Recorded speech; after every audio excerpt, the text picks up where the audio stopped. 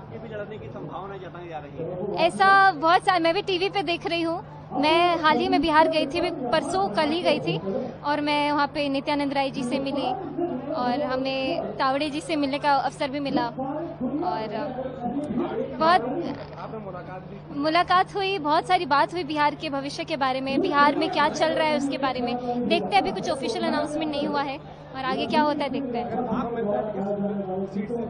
मैं अपने गांव के क्षेत्र में ही जाना चाहूंगी क्योंकि वहां से एक अलग जुड़ाव है और वहां से शुरुआत मुझे सीखने को भी मिलेगा, लोगों से मिलना जुलना, लोगों की बातें सुनना मुझे ज्यादा समझ में आएगा अगर मैं अपने गांव से शुरुआत करूँ। आपकी क्या उम्मीद है, कौन सी सरकार आनी चाहिए, आप क्या चाहती हैं?